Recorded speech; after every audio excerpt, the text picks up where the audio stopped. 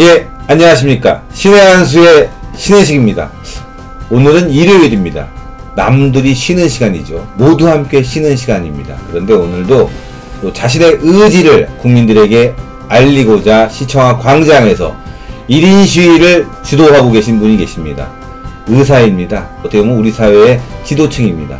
이런 분들이 박주신 병역 의혹 사건에 대해서 진실을 밝히고자 정말 맨몸으로 투쟁하고 계십니다. 정말 대한민국의 애국자입니다. 최대집 의혁투 대표님을 모시고 오늘 인터뷰를 나눠보겠습니다. 안녕하십니까? 네, 안녕하십니까. 아, 제 옛날에 생각나네요. 옛날에 그 노무현 정권 당시에 네. 자유개척 청년단 네. 단장으로서 네. 정말 많은 회원들을 데리고 노무현 정권에 대한 불의에 대해서 또 네. 남북 회담이라든가 이 좌파로 흐르는 부분에 대해서 상당히 큰 투쟁을 벌여오셨는데 네. 제가 당시에는 의사인 줄 몰랐어요. 맨 처음에. 그랬어요? 예. 아니 무슨 군복 같은 거 입고 그런데 한 30명 이렇게 다니길래 대표가 뭐 하는 분입니까? 그랬더니 아이고 의사입니다. 그래서 아니 뭐 의사분이 왜 그런 일을 정말 어떻게 보면 사자 직업 아닙니까? 네. 예, 의사, 변호사 뭐 해갖고 대한민국에서 좀 알아주는 직업인데 어떻게 이런 일을 하시게 됐습니까? 일단 저는 뭐 정치 문제에 대해서는 그렇게 큰 관심을 가지고 있지 않다가 네. 사실은 2000년도에 이제 김대중 대통령이 북한의 김정일을 만나고 네, 왔습니까? 네, 네. 소위 그래서 그 결과물이 6.15 공동선언이었고 네네. 당시 통일 분위기는 대단한 것이었습니다. 그래서 거의 제가 기억하기로 김대중 당시 대통령의 지지도가 90%까지 올라갔습니다. 사실 그렇게까지 되기 힘들어요. 그래서 이게 과연 잘된 일인가 거기서부터 뭔가 의문이 좀 들더라고요. 그래서 네네. 그래서 6.15 공동선언 4개 조항을 제가 한번 검토를 해보면서 또 여기에 대해 비판적인 의견들이 당시에 상당히 많이 있었습니다. 그래서 그걸 검토를 해보면서 저는 결론을 내렸습니다. 이것은 분명히 어떤 문제가 있는 문서다. 한마디로 제가 그 당시에는 충분한 어떤 안보 문제라든지 또 이런 군사 문제라든지 정치 경제 문제에 대한 충분한 지식이 없었지만 적어도 이 문서는 상식적으로 고려 연방제의 낮은 단계가 연방제 고려 연방제 1단계가 있단 말입니다. 네. 그 1단계 통일 방안하고 아주 흡사해서 이게 만약 6.15 공동선 2항이 만약 그대로 통일 방향에 흘러가게 되면 대한민국이 망할 수 있겠다 이런 어떤 망국의 위기감을 그때 느낀 거예요. 예. 그래서 그때부터 제가 자료 조사를 하면서 가만히 있으면 안 되겠다는 어떤 행동을 해야 되겠다는 그 계기가 된 거죠. 소위 말하면 나라 망하면 예. 내 집, 내 재산 있어봐야 무슨 소용이 있겠냐. 그렇죠. 그런 의지를 가지시고 애국운동에 이제 투신하셨는데 네. 듣기로는 네. 병원 2채를 네. 애국운동에 날리셨다는 네. 그런 얘기가 있습니다. 특히 이제 2002년 말에 대선이 있었지 않습니까? 네. 그래서 저희들은 대략 2000년부터 문제의식을 갖고 2001년부터 활동을 시작했는데 결국은 저희들이 생각하는 이제 운동 방향은 너무나 말 그대로 그 초보였고 어떻게 해야 될지 잘 몰라고 그래서 결국 저희들이 선택한 것은 당시 한나라당 이회창 후보를 이 사람이 대통령이 돼야 되겠다. 김대중 노선을 계승한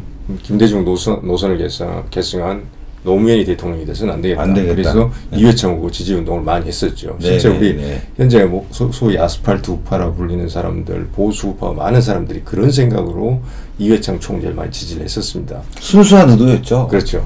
나라가 망해서는 안 되니까. 그렇죠.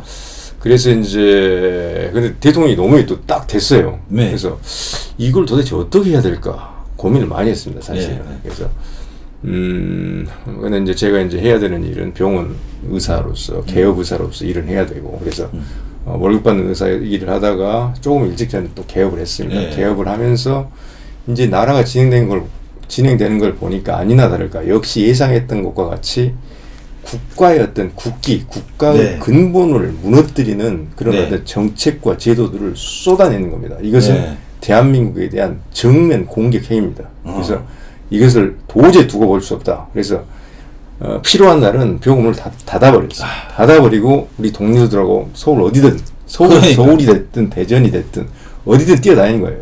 그러면 병원이란 것이 열심히 해도 안 됩니다. 그렇죠. 환자분 뭐 인간관계를 깊은 어떤 신뢰관계를 맺어야 되고 한 번 봐서 되는 게 아니고 그렇죠. 여러 번 봐야 되는 거고 그런 관계를 맺어야 되는데 이제 저는 어떤 그 더 급한 일이 여기 나라가 잘못하다 망하게 생겼기 때문에 그래서 젊은 혈기에 말 그대로 그렇게 하다 보니까 병원이 유지가 될 수가 없는 거죠. 필요할 정도로 병원 폐업할 수밖에 없습니다. 그렇게 되면. 그래서 이제 한번 폐업을 했고 그 다음에는 이제 또 좀 일을 하다가 또 한번 병원을 열었죠. 열어서 또 잘 됐어요. 잘 됐어요. 그래서 잘 돼서 이제 돈 좀 벌고 하면서 제가 활동 안 했던 건 아니고 하면서 이제 중간에 그렇죠. 경영을 했는데 또 큰 일들이 계속 터지는 거예요. 네. 그러면 그렇게 되면 어떤 경우는 대진 의사 선생님을 써서 하게 하고 나가기도 하고 근데 또 긴급한 상황이 생기면 또 무슨 일을 해서 나가고 그래서 두 번째 폐업했을 때는 그렇게 큰 손해는 보지 않았지만 제가 내린 결론은 내가 개업한 의사로서는 이 애국운동을 제대로 할 수 없겠다. 그래서 제가 이제 결정을 내렸죠. 그래서 하고 조금 내가 월급 받는 의사로 들어가서 내가 내 시간을 좀 쓸 수 있는 데 들어가서 이런 좀 애국운동 해야 되겠다. 이제 그렇게 해서 병원 두 개를 이제 폐업을 하게 됐죠. 정말 아무나 결정하고 아무나 쉽게 할 수 있는 일은 좀 아닌 것 같습니다. 그래서 저도 당시에 기억이 뚜렷한 게 자유개척 청년단회하고 회원들 뭐 많을 때는 100여 명, 또 30여 명들이 뭐 힘명 말하는 개구리복 딱 입고 단복이라고 그랬죠. 단복 입고 그냥 강하게 투쟁하고 특히나 좌파들과 싸울 때 늘 일선에서 앞쪽에 서서 몸싸움까지 마다하지 않는 투쟁을 해왔던 단체입니다. 그래서 제가 회원들 몇몇 분들 만나서 도대체 어떻게 운영되냐 그랬더니만 뭐 우리 최대 단장님이 다 됩니다. 바깥부터 옷부터 다 된다 그래서 아니 이런 단체가 있어 라고 생각했는데 그런 어떻게 보면은 밑바닥에 깔린 그 내막이 있었군요. 그런데요. 이번에 또 병원을 개업하셨죠? 네, 개업은 이제 한 3년이 좀 2012년 10월에 했으니까 지금 3년 돼가네요. 네. 병원 이름이 신한국병원. 네, 신한국병원입니다. 잘 됩니까? 지금은 상당히 좀 그 지역사회에 상당히 좀 신뢰받는 병원으로 어느 정도 뿌리를 내렸습니다. 주 전문의. 주 진료과면 저는 전문의는 아니고요. 지금 언론들에서 뭔가 처음에 잘못된 오보에 의해서 그 최근 몇 개월 사이에 너무 잘못된 정보들이 제가 소아과 전문의라고 이렇게 돼 있는데 소아과 전문의가 아닙니다. 저는 특정과 전문의가 아니고 이제 제 주 진료과는 정형외과입니다. 정형외과. 근골격계 질환을 보는. 그러면 뭐. 그리고 내과계 질환 환자를 보고 물론 동네다 보니까 소아 환자도 좀 보고 이제 일반외과 무슨 치질이나 작은 봉합술, 소수술 이런 것들도 동네 의사기 때문에 그렇죠. 좀 이제 해주고 근데 그 환자 한 70% 정도는 정형외과 환자들을 보고 있습니다. 그러면 이제 본격적으로 대화에 들어갈 내용이 바로 박주신 병역 의혹 사건입니다. 야, 이게 참 병원도 잘 돼가고 있고 지역사회에서 소문도 나고 있는데 또 박주신 병역 의혹 문제가 터져서 이 주말에까지 나와서 이렇게 집회하고 1인 시위하고 하는데 일단 주 종목이 바로 근골격학에 있기 때문에 이 사건에 대해서 누구보다도 잘 알 수 있는 사람입니다. 또 그런 분입니다. 오늘 몇 분이나 시청학 광장에 오셨죠? 오늘 시청학 광장에서 저희들이 이제 릴레이 1인식입니다. 공식적으로는. 박원순 시장 아들 박주신 씨의 병역 비리 의혹에 대해서 공개적이고 투명한 의학적 검증을 촉구하는 릴레이 1인식 6시간 동안 하기로 돼 있었고 한 분당 30분씩 총 12분이라는 10이라는 숫자가 상당히 의미가 있기 때문에 12분이 하기로 돼 있었는데 신 대표님까지 포함해서 예정을 안 하시고 온 분이 총 15분이 됐습니다. 오늘 의외로 많은 분들이 오셨더라고요. 그래서 거기서 이제 우리가 덕담도 나누고 그 자리에서 또 1인 시위도 하고 지나가는 저기 시민분들하고도 또 서로 격려 말씀도 나누고 좋은 분위기에서 진행이 됐고 오늘 우리가 저기 15인의 어떤 의인들이 모여서 이 공개적이고 투명한 의학적 검증을 촉구하는 1인 시위를 한 이유는 다른 게 없습니다. 많은 국민들에게 이 의학적 진실을 알리자는 목적이 아니에요. 이 시위는 이 시위는 기본적으로 목적이 뭐냐? 그 이전에 주종득 선생님이라는 분이 있었습니다. 네. 다 잘 아실 거예요. 그 앞에서 수십일간을 철야 시위를 거기에서 먹고 자고 하면서 풍찬 노숙을 하면서 박원순 시장 당시 문제 있으니까 뭔가 거기에 대해서 어떤 해명을 하고 재검을 하시오 이런 내용의 어떤 그 계속된 어떤 1인 시위를 했는데 그 문구 자체가 너무나 단정적 표현이었기 때문에 사실 법적 문제 제기를 하게 되면 법적으로 어떤 그 제재를 받을 수가 있어요. 제재를 받을 수가 있는 그런 상황입니다. 그래서 뭐 결국 그렇게 또 박원순 시장은 했고 그래서 저희들은 비록 그분이 단정적인 표현을 썼지만 한 시민의 한 50 초반으로 제가 알고 있습니다. 네. 한 시민의 어떤 사회 정의를 위해서 비록 단정적인 표현을 썼지만 그 사람의 본 뜻을 얘기를 한다면 우리는 대한민국 헌법에는 표현의 자유와 언론의 자유가 있습니다. 그렇습니다. 국민의 기본권적 자유권 중에서 가장 중요한 그 권리가 언론의 자유, 표현의 자유예요. 알 권리가 거기에 들어가 있습니다. 네네. 언론의 자유와 표현의 자유가 있는데 그것을 가장 중시한다고 자기 입으로 떠들고 다니는 시장이 박원순 씨예요. 아, 그렇죠. 잘 알고 있지 않습니까? 2004년도에 뭐라고 했습니까? 광화문 사거리에서 김일성 만세를 부를 수 있어야 그게 표현의 자유가 제대로 어떤 실현되고 있는 나라다. 그러니까요. 그런 표현의 자유를 그만큼 어떤 중시하는 장관이 비록 조금 과한 표현이 있다고 하더라도 힘없는 서민입니다. 물론 그분은 아주 충실한 아버지고 자기 직업생활에 투철한 굉장히 성실한 분이에요. 예, 그런 것 같더라고요. 근데 그런 어떤 힘없는 서민 한 사람에 대해서 그런 가혹할 정도의 허위 사실 유포 금지 가처분 신청을 했고 법원은 당연히 그 정확한 어떤 단정적 표현이었기 때문에 인용할 수밖에 없습니다. 네. 그리고 사법부가 내린 판결은 뭐였냐?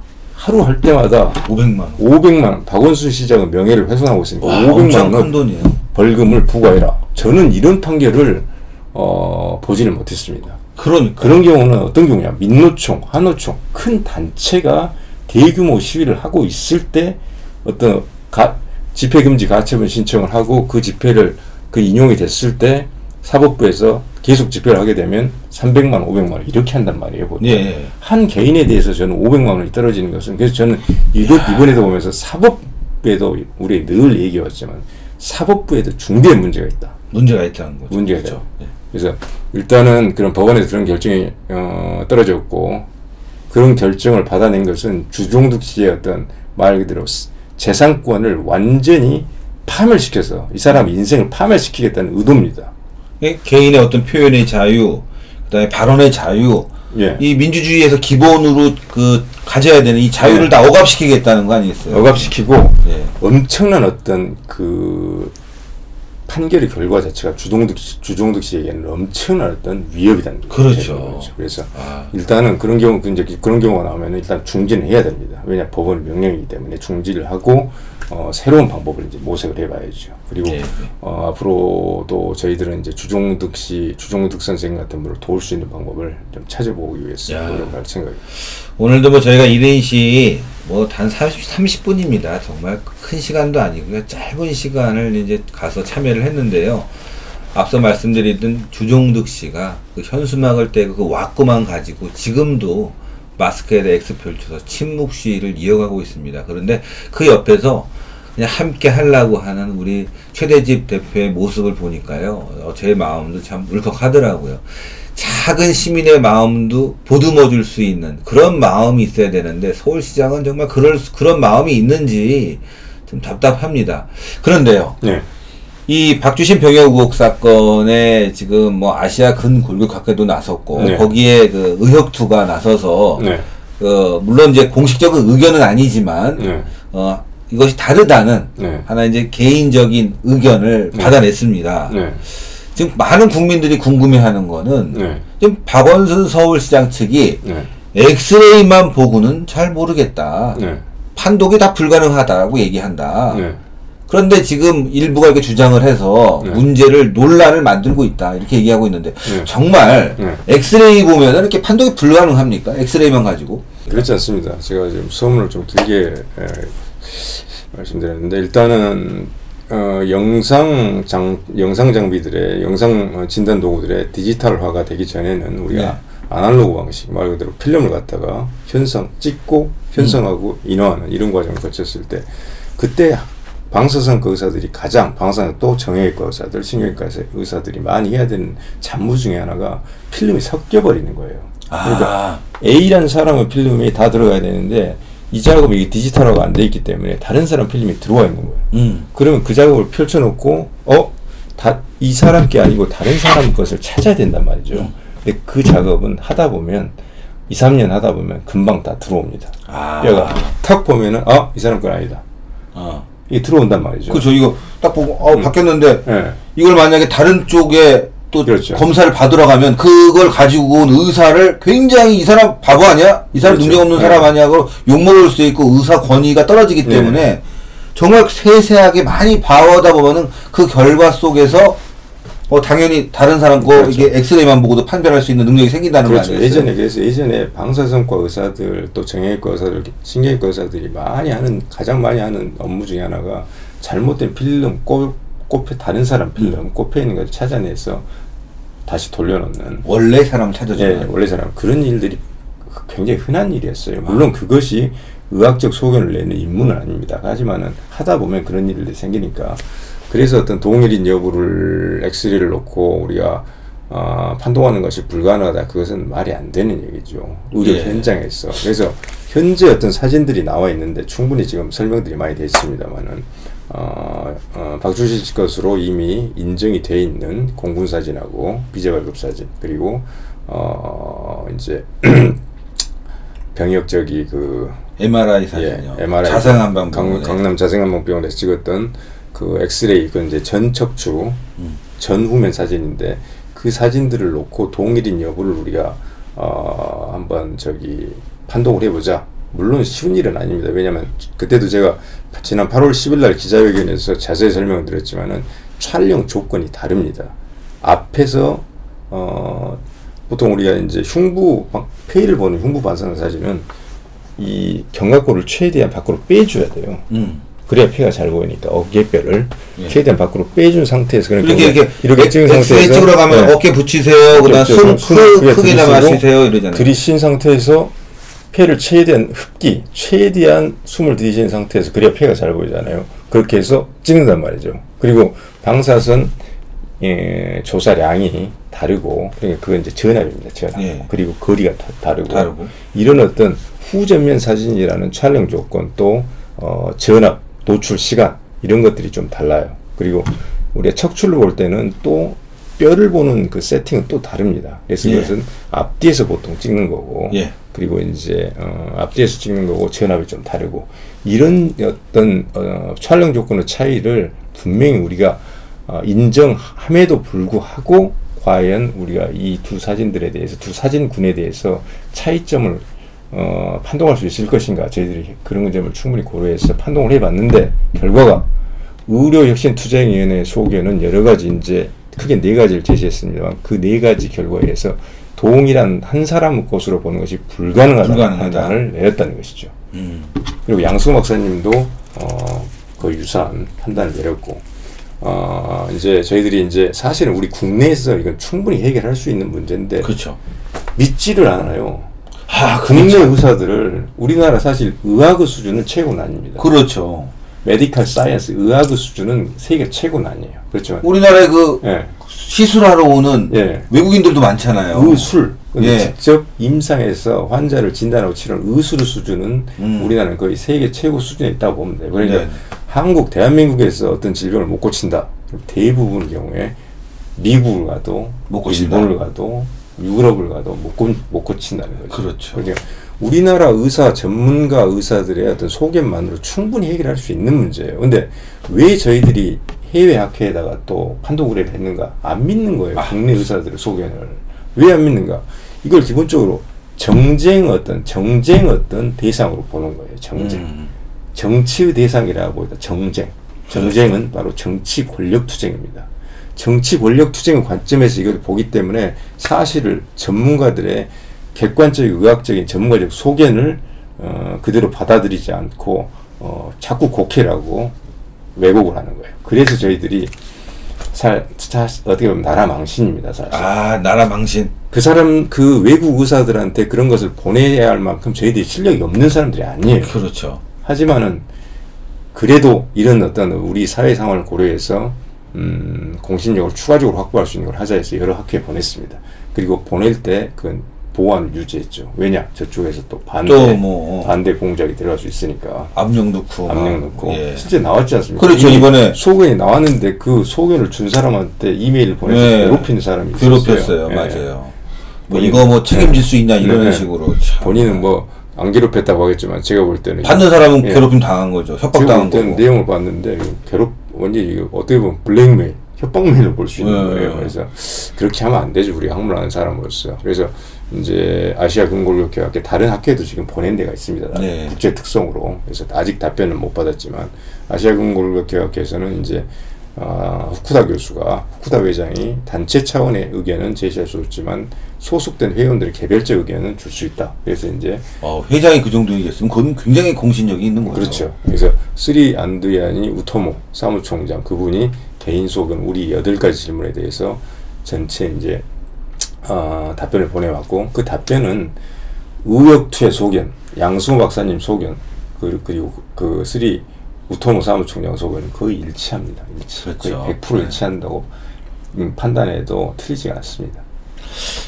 예, 여기서 아까 저희가 함께 올 때 이제 오늘 날이 정말 뜨거웠어요. 쨍쨍 미쳤는데 이제 방송을 제가 한번 부탁드려서 이렇게 긴급하게 방송을 하게 됐는데 오면서 얘기하신 부분이 귓볼에 대해서 다시 또 그 해부학을 아주 전문적으로 다루시는 분이 소견을 내주신다고 하는데 그래서 귓볼 문제는 저희들이 이것은 사실은 그 저희 의사들한테도 이걸 귓볼이 분명히 직관적으로 보면 다르다 이렇게 이제 사람들마다 다르니까 말할 수 있는데 이게 과연 개인을 식별하는 표지자가 될 수 있는가? 또 그것을 어떤 전문적인 어떤 분석적인 학문적 개념을 통해서 사람들한테 납득시킬 수가 있는가? 설명할 수 있는가? 이런 부분에 대한 부분은 저는 전혀 문외한이기 때문에 모르고 있었는데 어제 저희 의역투 이제 운영위원회 회의가 저녁에 있었는데 그때 이제 해부병리과 전문의 선생님 한 분이 참석을 하셔가지고 부검을 7, 8년 부검으로서 활동을 한 분입니다. 그래서 충분히 귓볼도 개인들 간의 어떤 그 한 사람의 신원을 확인할 수 있는 그 어떤 개별적인 어떤 표지자가 된다. 그렇죠. 지문과 같은 역할을 할 수 있다는 거죠. 그래서 정확한 사진하고 이런 어떤 방사선 사진에서도 연부 조직이 나온 부분 또는 정확한 어떤 그 사람의 귀의 어떤 사진 이런 것들이 있으면 자료를 최대한 그 자신한테 수합해서 주면 그 부분에 대해서 자기가 전문가적 소견을 한번 내보겠다. 그래서 저희들은 그렇게 추진하기로 했습니다. 그래서 많은 사람들이요 이런 얘기를 해요. 의역투가 나서서 기자회견을 했는데 전문 용어가 너무 많이 나와서 기자들도 좀 어려워하더라. 좀 전에도 그 연부 조직 이렇게 말씀하셨는데 그 조직이 연부 조직이 뭐죠? 연부 조직은 이제 우리가 그랬습니다. 이제 근골격계에서 그게 뼈가 있지 않습니까? 뼈가 있고 그다음에 신경이 있고 신경이 있고 그다음에 이제 근육이 있고 근육 위에 근육을 담은 근막이 있고 그 위쪽에는 이제 피하 지방이 있고 피부가 있고 이제 근육에는 근육을 뼈에 붙이는 조직을 힘줄이라고 합니다. 힘줄 건 영어로는 텐던이라고 하고 그리고 뼈하고 뼈가 관절을 만들잖아요. 그리고 관절 끼리는 이게 붙으려면 아주 강한 섬유들이 잡아줘야 돼요. 그 뼈와 뼈를 잡아주는 그 섬유 조직을 인대라고 합니다. 인대, 그렇죠. 인대할 거는 이제 선수 생명 끝났다고 그러잖아요. 인대가 굉장히 중요한 거고 그래서 그런 근육, 힘줄, 인대 뭐 이런 것들을 우리가 전체적으로 소프티슈, 연부 조직이라고 합니다. 그러니까 이제 귓볼에도 그런 조직이 있으니까 귀 모양을 형성할 수 있는 뼈 조직이 있는 거 아니겠습니까? 이게 이게 뭐라 그럴까? 이게 누르면 연골, 그렇죠. 연골. 요 연골 조직, 그렇죠. 요 조직과 그러니까 엑스레이 상태와 MRI 상태의 그 연부 조직이라고 말씀하신 연골 조직을 보면은 동일인지 아닌지를 확인할 수 있다. 그걸 또 전문가가 과학적 그 어떤 데이터라든가 경험을 통해서 지금 치아에 대한 문제, 그다음 귀에 대한 문제는 많이 얘기 안 했지만 이제 귀에 대한 문제가 이제 본격적으로 이제 드러나게 되겠고요. 또 지금 이제 근골격학회의 전문의로서 이제 그 엑스레이 상태와 MRI 상태를 보니까 이 석회화, 이 석회화에 대해서도 사람들이 잘 몰라요. 그러니까 그 많은 분들이 석회화가 뭐지? 석회화라는 건 뭐 어떤 겁니까? 석회화라는 것은 우리가 가장 흔하게 병원을 이제 방문하시면은 동네 병원을 방문하시면서 환자분들이 가장 많이 보는 석회화는 아마 폐에 생긴 석회화를 가장 많이 보게 될 거예요. 담당 의사가 설명해 줄 때 왜냐하면 우리나라는 워낙 결핵이 많은 국가이기 때문에 결핵에 걸리게 되면 폐 조직 일부분이 손상이 돼서 그 부분은 기능을 못하는 폐가 됩니다. 그걸 뭐 쉽게 표현하면 구멍 같은 게 나버리는 거예요. 그래서 구멍이 나오고 거기는 활동 못하던 폐인데 그걸 결핵 공동이라고 합니다. 결핵 공동. 결핵 공동에 그대로 가만히 있는 게 아니라 여기에 우리 몸속에서 돌아다니는 칼슘이 여기에 들이차게 됩니다. 칼슘이 들이차서 엑스레이를 딱 보면 여러 군데 칼슘이 폐에 들이차 있는 소견이 보여요. 그러면 이 사람은 예전에 결핵을 앓은 적이 있구나. 그래서 결핵 앓으신 적 있죠? 언제 결핵 앓은 적 있어요? 그래서 이제 폐에서 보이는 석회화가 우리가 가장 흔하게 보는 석회화고, 근데 석회화는 우리 몸 어디에나 다 생길 수가 있습니다. 뼈에도 생길 수가 있고 또 흔하게 생길 수 있는 게 힘줄에도 석회화가 굉장히 잘 생깁니다. 그래서 석회화는 우리 몸 사실 우리 전립선 같은 데도 연부 조직이 그렇죠. 뭐 소변 넣기 어렵고 검사하시다 보면은 갑자기 전립선에 좀 석회화도 있네요. 뭐 이렇게 하실 수 있어요. 그래서 손상된 조직에 우리 몸 속에서 이제 피 속에는 칼슘이 있기 때문에 칼슘 포스포러스 같은 칼슘인 같은 축적되는 그런 놈들이 들이차는 거죠. 그래서 이 석회화가 있다고 하는 것은 질병은 아니에요. 질병은 아니고 단지 과거에 그 조직에 무슨 어떤 손상이 있어서 뭐 이랬을 가능성 또는 손상은 없었지만 다른 어떤 원인으로 인해서 칼슘들이 들이차있을 가능성. 근데 석회화는 한번 생기면 수술로 제거하지 않는 이상은 없어지지 않습니다. 우리 한번 쉽게 설명하면은 치아 같은 경우만 1년에 한 번씩 스케일링 하면은 석회가 껴서 다 이렇게 없애잖아요. 치약으로 아무리 해도 안 없어지는데 스케일링을 하기도 하고 또 저도 어깨가 상당히 이렇게 뻑뻑해요. 물어보니까 다쳐갖고 제가 옛날에 좀 운동을 하다 다쳤는데 그러다 보니까 근육에 석회화가 꼈다고 그러더라고요. 그럼 석회성 건염이 있는 거예요. 석회성 건염이 있으면은 일반 우리가 어깨에 생기는 우리가 회전근개 건염이 가장 흔한데요. 회전근개 건염에서 석회성 건염까지 있으면 치료가 훨씬 더 힘듭니다. 그러니까요. 지금 그래서 막 많이 풀어주고 막 하라 그러는데 이게 또 그 사람이 굉장히 어렵게 살았다는 거 아니겠습니까? 저희가 이제 추정컨대 MRI 상태를 보면, 그러니까 그 정도 석회화가 생겼다고 한다면 이 사람이 굉장히 강한 노동, 또 뭐 다른 운동, 석회화하고 노동이나 운동을 연결시키는 조금 힘들 것 같고요. 아무튼 무슨 원인이 됐든 아무튼 이 사람이 석회화가 있다는 것은 우리가 정확한 사실이고 의학적 사실이고 박주신 씨 엑스레이는 2011년 그 공군, 2014년 비자 석회화가 안 보인다는 거죠. 이것이 이렇게 얘기해요. 또 일부에서는 반론론자는 MRI에서는 석회화가 보이지만 엑스레이 상태에서는 안 보일 수도 있다. 그건 말이 안 되는 것이고요. 제가 다른 쪽에서 이제 반론 들은 얘기로는 후전면, 전후면 사진을 찍으면서 전압의 어떤 강도를 조절하게 되면 석회화가 안 보이는 경우도 있다. 이런 주장을 하는 걸 들었어요. 엑스레이에서. 그런 주장들이 있는데 실제로 석회화는 보입니다. 어떻게 이렇게 도로에서 찍든 굉장히 치밀한 조직이에요. 그리고 이번에 우측 1번 늑골 강남자생암모병원에서 찍은 그 전척추 흉부 방사선 사진 전후면 사진에서 나온 그 우측 1번 늑골 흉골에 가까운 곳에 생긴 그 우측 1번 늑골에 생긴 석회화는 그냥 석회화도 아니에요. 저희들이 판독 속에는 일반적 석회화가 아니고 거기에 뇌골중이라는 거기 병변이라고 하기는 하고 뇌골중이라는 어떤 변이. 뇌골중이라는 뭐냐? 우리가 골이란 뼈란 조직은요 안에를 들여다보면 굉장히 해면체 조직까지 되어 있습니다. 여기 요런 그 지금 보이시죠 여기 그 사각형 같이 사각형 같이 그러니까 성기계. 그러니까 아주 그 설명하기 좀 쉽게 설명한다면은 그 벌집 벌집 구조 이렇게 좀 부서지기도 하지만 단단하게 되면은 거의 부서지지 않는 아주 단단한 구조. 그런 해면체 조직을 갖고 있는데 뇌골증이라는 조직은 굉장히 골이 치밀해 버려요. 아. 골 조직이 굉장히 치밀하게 형성되어 있는 데가 있습니다. 그것을 우리가 이제 뼈를 우리가 엑스레이를 찍다 보면 엑스레이를 딱 찍다 보면 경골 여기 있는 아래 종아리뼈 네.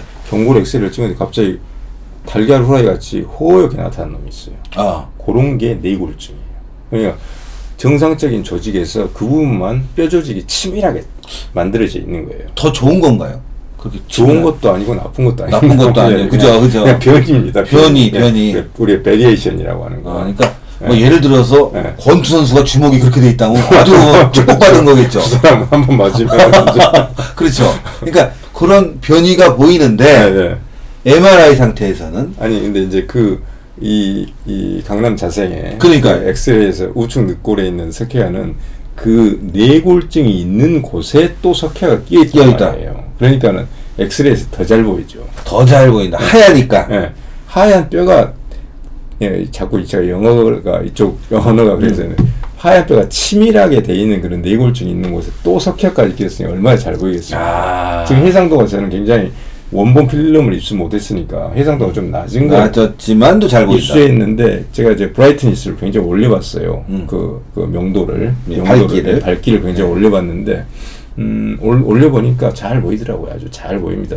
이렇게 석회화는 약간 그렇게 그 변연 이 변연들이 매끄럽게 안 나오는데 아주 동그랗게 아주 이쁘게 나오면서 거기에 잘 보입니다. 그래서 그것을 가슴 흉부 사진, 후전면 사진으로 해서 폐를 잘 보기 위한 그런 세팅으로 찍었다고 해서 안 나온다. 그런 얘기는 그건 터무니없다. 의학적인 의학을 공부한 사람이면은 그런 얘기를 하면 안 됩니다, 사실. 아주 극히 드문 것을 일반화시켜서 그건 아주 극히 드문 것도 아니고요. 나올 수밖에 없습니다. 네, 그렇네요. 자, 일단 우리 시청자 여러분들 그동안 뭐 석회화가 뭔지 왜 다른 부분이었는지 좀 궁금하신 부분이 있었을 텐데 오늘 아주 명쾌하게 들은 것 같습니다. 또 하나 이 뒤에 보면 뭐 극상돌기 이 모양이 좀 다르다. 이 극상돌기라고 또 뭐 저희는 뭐 사실 뭐 들어보기도 처음 들어본 건데 제가 조금 이게 이제 그 신 대표님께서 미리 연락을 해서 저희들이 이 시간을 잡았으면 제가 골격 모형을 다 갖고 와서 자세하게 설명을 드렸어요. 제가요 이번에 좀 시간을 내서 편집을 해갖고 한번 제가 말하는 중에 여기다 영상을 한번 깔아보겠습니다. 이게 어떻게 되냐면 이게 척추라는 게 경추가 7개가 있습니다. 경추가 7개, 목, 척추뼈, 그 다음에 흉추, 가슴에 있는 그 흉추뼈가 12개가 있고, 그 다음에 요추가 보통 6개. 물론 약간 사람마다 차이는 있는데 이게 기본입니다. 그리고 천골이 있고 미골이 있고 이게 쭉 척추를 만드는 거예요. 그리고 그 안에서 머리에는 뇌가 있고 뭐 뇌에서 이제 척수라는 것이 쭉 나오면서 말초신경들이 이렇게 빠져나가는 거죠. 그래서 이제 경추 구조물은 1번, 2번이 모양이 다릅니다. 1번 경추, 2번 경추는 모양이 다르고 3, 4, 5, 6번은 모양이 비슷합니다. 그리고 7번 경추는 또 모양이 좀 틀려요. 그리고 이제 1번 흉추부터 12번 흉추는 모양이 거의 비슷합니다.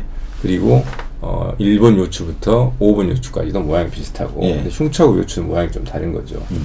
이제 그런 걸 감안 일단 기본적인 것이 있고 경추 7번의 특징이 뭐냐? 요 뒤에 목 보이시죠? 제목 한번 봐보십시오. 제일 툭 튀어나온 데 툭 튀어나온 데 거기 한번 만져보십시오. 그놈이 경추 7번의 극상돌기입니다. 여기 딱 누구나 있는 거 아니에요? 신목 저도 신 대표님도 만져보면 제일 튀어나온 데 경추 7번의 극상돌기. 경추 7번 극상돌기는 그 아래 흉추나 요추같이 하나로 그냥 탁 이렇게 뭉툭하게 이렇게 되어 있습니다. 이런 식으로. 그런데 3, 4, 5, 6번의 경추 극상돌기는 끝이 두 갈래로 갈라져 있어요. 두 갈래로.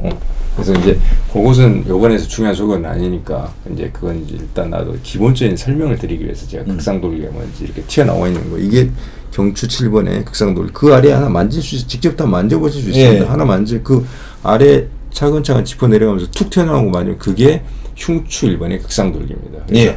그게 이제 후전면 전후면 사진에 따라서 약간 차이가 실제로 모양이 변합니다. 제가 요번에 뭐 원래 뼈를 많이 날마다 보지만은 그래서 얼마나 차이가 크게 한 개체에서 전후면 후전면 사진으로 극상돌기하고 추궁판이 얼마나 많이 변할까 그걸 제가 제 경추를 갖고 직접 한번 테스트를 해봤어요. 아, 야, 그 사진도 갖고 와서 제가 보여서 보여주시면 좋은데. 그러니까 이제 쉽게 설명하면 박주신 MRI와 엑스레이 사진이 위치가 다르기 때문에 엑스레이 사진이 위치가 다르기 때문에 다른 사람 많은 사람들이 그 다른 사진 갖고 비슷한 걸 가지고 자꾸 얘기하냐 상황에 따라 비슷해 보일 수도 있고 달라 보일 수도 있다라는 얘기가 있으니까 직접 대표님이 엑스레이를 찍어봤다는 거 아니에요. 이렇게도 찍어보고 정면으로 찍어보고 후정면으로 찍어보고 그래서 임상 실험을 하셨네요. 두 사진을 한 군데로 딱 붙여서 제가 비교를 해봤습니다.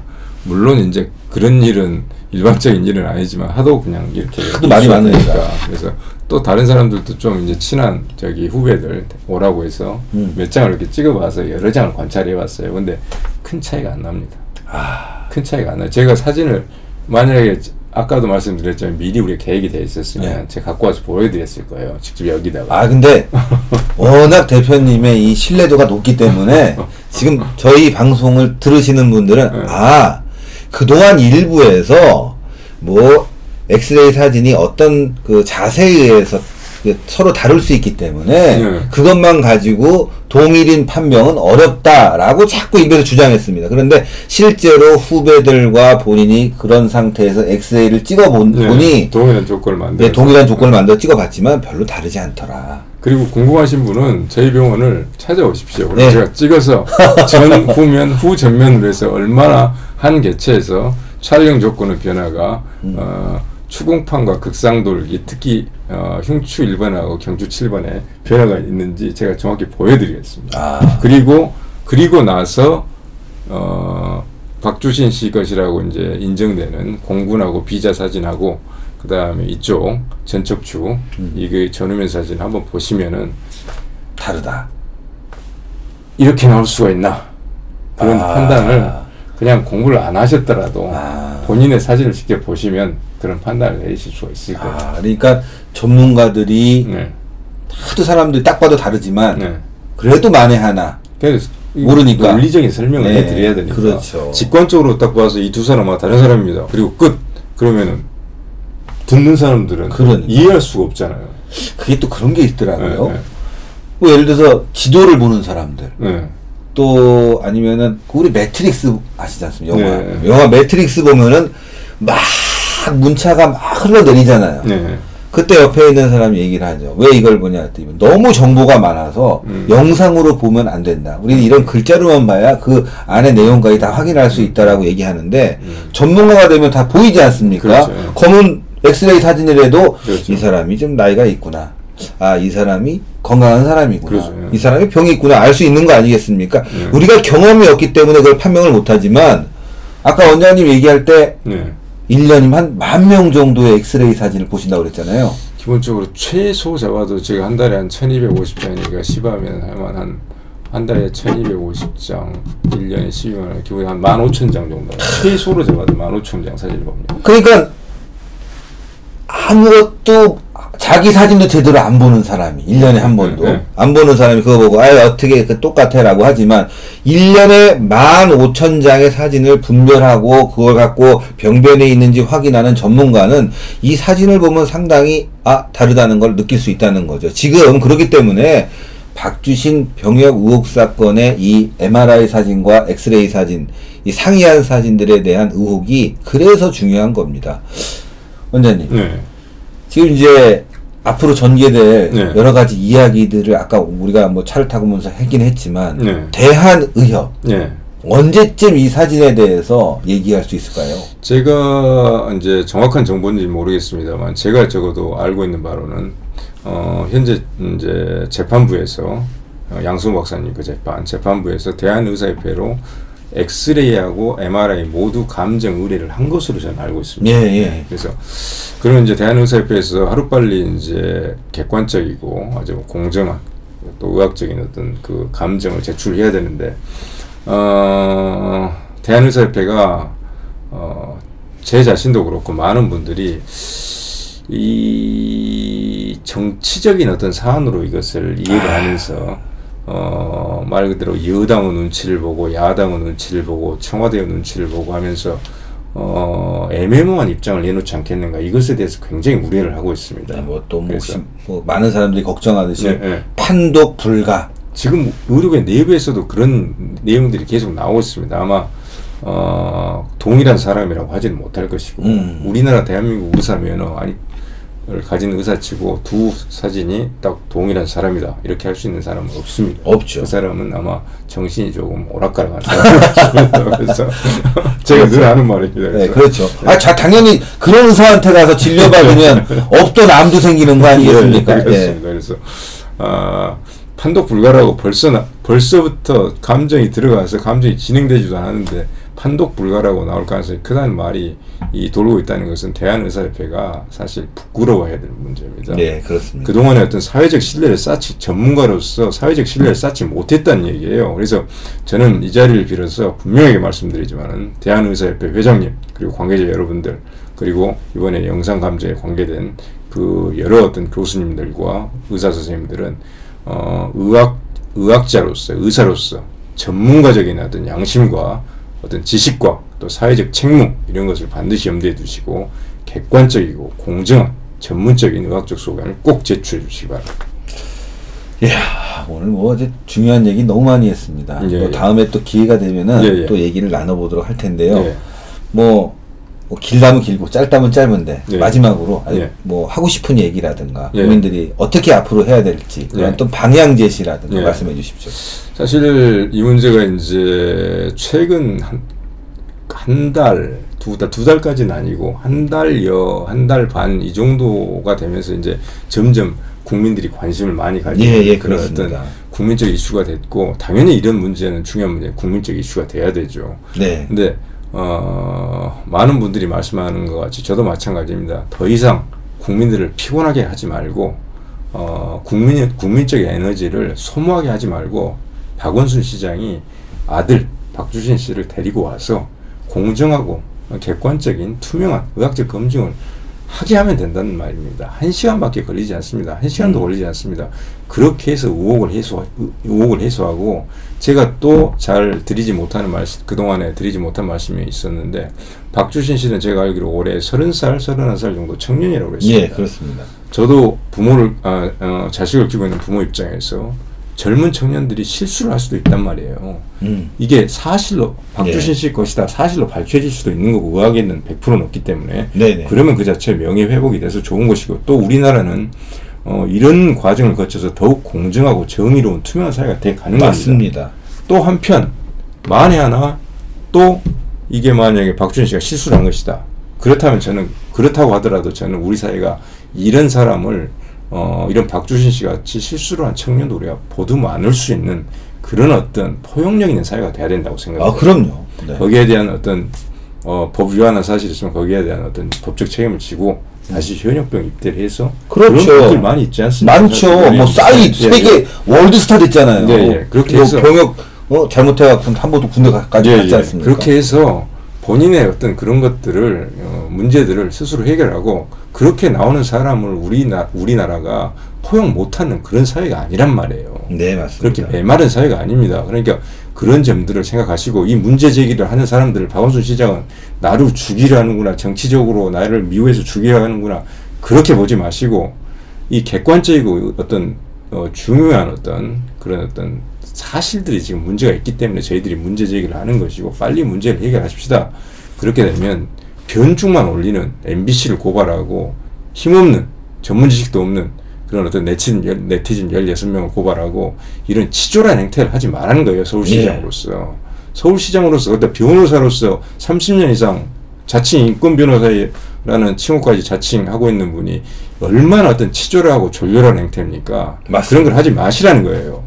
당장 지금 오늘 당장 저녁에라도 아드님 박주신 씨한테 전화하십시오. 너 임마 들어와, 우리한테 들어와가지고 가서 찍어, 서울대병원 가서 찍어, 몇백 명 기자 불러놓고 찍어, 공유로 검증해. 그렇게 해서 네가 잘못했으면은, 아버지 몰래 네가 혹시 잘못했으면은 네 죄값 받고 제대로 그걸 네가 책임을 져. 아니면 내 아버지가 자기가 잘못했으면 자기가 책임을 지면 되는 거고. 그렇죠. 이렇게 풀어나가면 되는 거 아닙니까? 맞습니다. 뭐가 복잡합니까? 네, 맞습니다. 제가 드리고 싶은 말씀은 박원순 시장한테 드리고 싶은 말씀이 그겁니다. 국민들은 이미 충분히 이 문제에 대해서 의혹을 제기했고 다 SNS에서도 글을 읽고 댓글을 쓰고 하면서 사실 피곤할 정도예요. 맞습니다. 저도 피곤합니다, 사실은. 예. 그렇습니다. 지금 박주신 병역 의혹 문제는 정치적 문제가 아닙니다. 한 사회의 전문가 집단이 양심을 걸고 이 사건에 대해서 이야기하고 있는 것입니다. 전문가들의 목소리입니다. 양승호 박사님은 대한민국 최고, 아니 아시아 최고, 아니 세계 최고의 영상의학 전문가입니다. 또 최대집 의협회 대표님도 영상의학계는 아니지만 근골격회의 굉장한 전문가입니다. 이런 전문가들이 의혹이 있다고 한다면 여기에 대해서 답할 의무가 분명히 서울시 박원순 시장에도 있는 것입니다. 그것이 우리 사회를 맑고 투명하게 만드는 길일 것입니다. 다소간 잘못이 있거나 또 의혹이 있다면 여기에 대해서 풀어야 되는 것이고 그 의혹에 대해서 우리는 용서할 마음도 가지고 있고 만약 우리가 얘기하는 것이 잘못됐다면 여기에 대한 책임도 질 마음이 분명히 있습니다. 때문에 서울시 박원순 시장은 이 문제에 대해서 명명백백하게 밝히는 길이 딱 하나 있기 때문에 그 길을 선택했으면 좋겠습니다. 오늘 신의 한 수 여기까지 하겠습니다. 감사합니다. 나와주셔서. 네.